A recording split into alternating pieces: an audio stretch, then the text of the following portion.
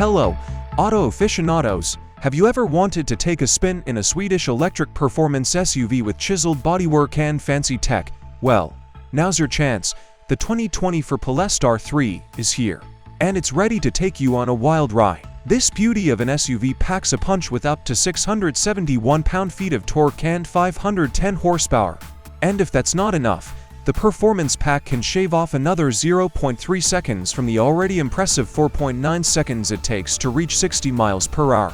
Plus, with a range of 300 miles on the EPA test cycle or 270 miles with the performance pack, you won't have to worry about running out of juice on your next road trip. But wait, there's more. The Polestar 3 also boasts dual-clutch torque vectoring for the rear motor, all-wheel drive, and a rear bias system. And did we mention that the bodywork has a sleek, minimalist design with a 0.29 coefficient of drag? It's like driving a work of art. And if you act now, you can get the Plus pack and the Pilot pack included for the first model year.